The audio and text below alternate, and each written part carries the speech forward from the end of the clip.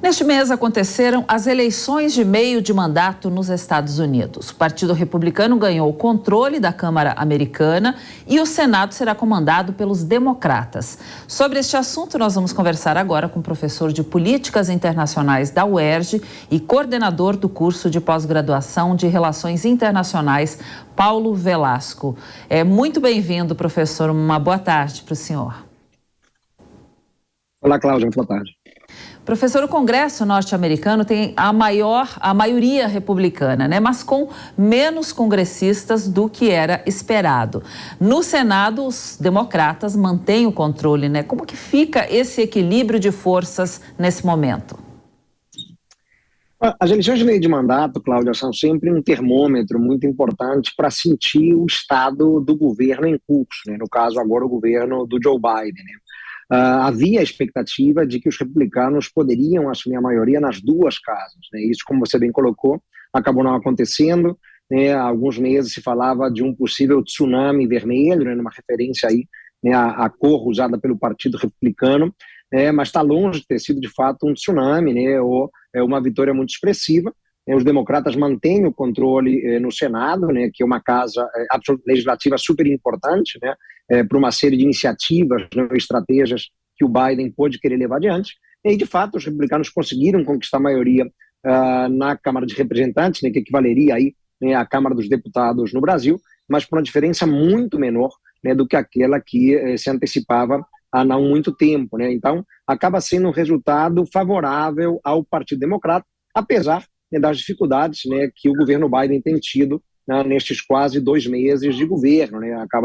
O resultado, né, acabou sendo bastante favorável, né, para o partido, e claro, né, daqui a 2 anos teremos novamente eleições presidenciais, né, e o Partido Democrata respira um pouco mais tranquilo, né, sem ter tido uma derrota acachapante para o Partido Republicano. Mas claro, né, como você bem colocou também, né, temos uma divisão, que é algo que se nota nos Estados Unidos já, né, há bastante tempo, um país bastante dividido também, enfim, em 2 anos, né, tudo pode acontecer. Ainda não há uma clareza, né, de quem será, evidentemente, o candidato republicano, né, mas o ex-presidente Donald Trump, né, pelo visto, está no páreo, né, e já disse que tem vontade de concorrer. Professor, para participar da entrevista, a gente convida agora o nosso comentarista aqui da Jovem Pan News, o Cristiano Vilela. Bem-vindo, Cristiano. Professor, boa tarde, satisfação falar com você aqui na Jornal da Jovem Pan. Professor, o senhor entende que esse resultado ele pode ter sido considerado como um resultado negativo às pretensões políticas de Donald Trump? Ou não, esse resultado ele não chega a fazer esse diagnóstico? Não dá para fazer um diagnóstico definitivo, Cristiano, né? Claro, enfim, é uma eleição legislativa, né, que não impacta tão diretamente no que o Trump representa, né, para aqueles que o apoiam. Mas não foi um resultado tão bom como se esperava para o Partido Republicano, né? Então, talvez, né, menos para o Trump, né, e mais para o Partido Republicano, né, o resultado é, de alguma maneira, preocupante, né? De todos modos, né, os republicanos obtêm, né, a maioria na Câmara de Representantes, né, o que, claro, é algo que tem que ser levado em consideração, né? Eu diria que para o Trump, talvez, o mais preocupante, Cristiano, nem é tanto, né, o fato da vitória não ter sido tão expressiva, né, como o Partido Republicano esperava, mas o fato de terem surgido outras lideranças, né, dentro do Partido Republicano que podem eventualmente tentar, né, concorrer com ele nas primárias do partido, né? Então, né, o Trump, né, que há não muito tempo era talvez o único nome viável, né, para concorrer à Casa Branca daqui a 2 anos, né, a esta altura talvez não seja mais só, né, o único nome, né, outros atores do partido tiveram desempenhos muito expressivos, né, em algumas eleições regionais, sobretudo, né? Acho que a preocupação maior dele talvez venha daí. Mas não acho que ele tenha ficado muito preocupado, né, com o fato, por exemplo, dos democratas terem mantido a maioria no Senado, não. Professor, com a maioria no Senado, os democratas agora conseguem vetar qualquer matéria que venha da Câmara, né? Isso deixa os democratas em vantagem para as próximas eleições? Sim, para eles o cenário catastrófico seria terem perdido as 2 maiorias, né? Como eu comentei, né, o Senado é uma casa legislativa muito importante, né, no modo como funciona a política norte-americana, né?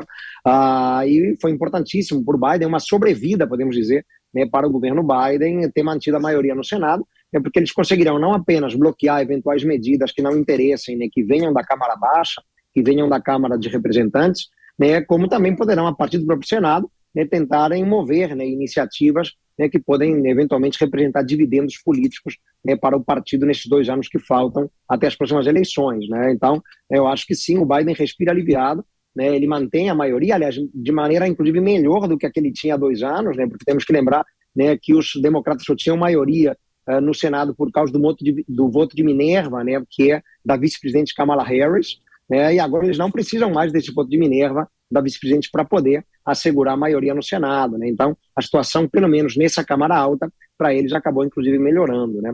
Então, é um panorama positivo para os democratas, né? Se a gente compara com outras eleições no passado, né, era muito comum, né, o presidente em curso, né, o partido presidente em curso, né, perder o controle das 2 casas, né? O Biden, apesar das dificuldades, reitero, que ele tem tido para governar, né, e cometeu, né, muitos equívocos, né, nesses quase 2 anos, ele conseguiu preservar uma maioria no Senado, né, que em termos de sobrevivência política para o partido e pensando no que serão as eleições para a Casa Branca em 2 anos, foi algo absolutamente fundamental. Cristiano, sua pergunta? Professor, nós tivemos um outro fato agora nos últimos dias, Nancy Pelosi abrindo mão, abdicando da liderança do Partido Democrata. De que forma o senhor vê isso nesse contexto da sucessão presidencial? O senhor entende que isso de alguma forma pode enfraquecer o partido ou enfraquecer a figura Biden, ou pelo contrário, isso pode de alguma forma dar um gás novo à condução do Partido Democrata? Qual que é a sua leitura sobre esse tema? Eu acho que, bom, evidentemente, ao terem perdido aí as eleições para a Câmara de Representantes, né, eles não teriam mais o controle do Congresso, de uma maneira geral, né? Então, por isso, a Nancy Pelosi não será mais, né, essa figura, né, de tanto destaque político como ela foi nesses últimos 2 anos, né?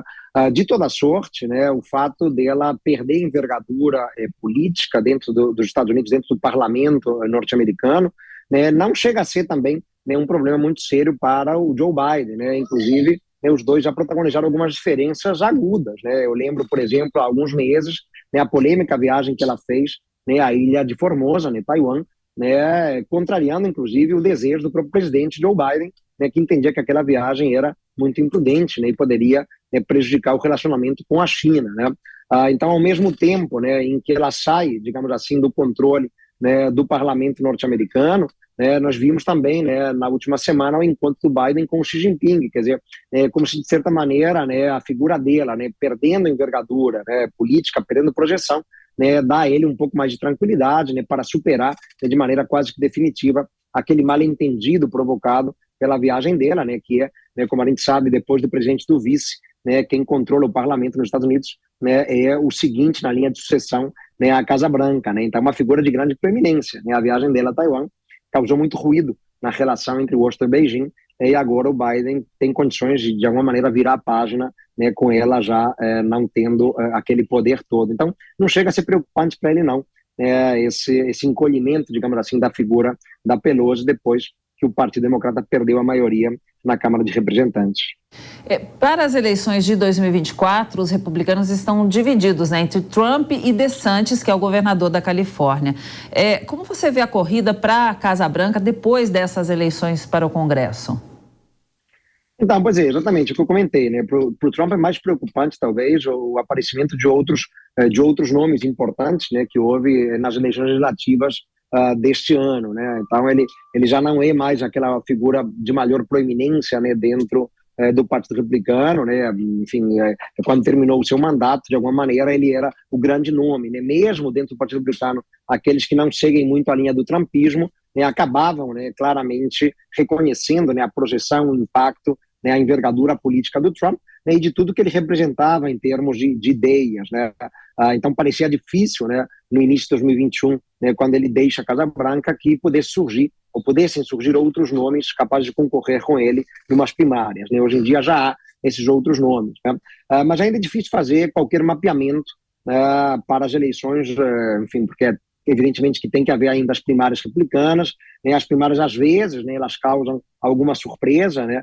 Não é incomum isso acontecer, né? Nomes que estão muito cotados acabam ficando esvaziados ao longo de algumas semanas já nas primárias, né? Mas o Trump continua sendo um personagem, né, para lá de forte. Acho que ele tem boas condições, se de fato, né, reiterar sua vontade e o desejo de concorrer, ele tem boas condições de ser novamente o candidato republicano nas eleições daqui a 2 anos, né? Mas ainda é um pouco prematuro, né? Como o termômetro representado pelas eleições de meio de mandato né, ele é importante para mensurar o apoio ao governo em curso, né, mas não é efetivamente algo que defina, né, tão prematuramente candidatos de oposição na disputa da Casa Branca.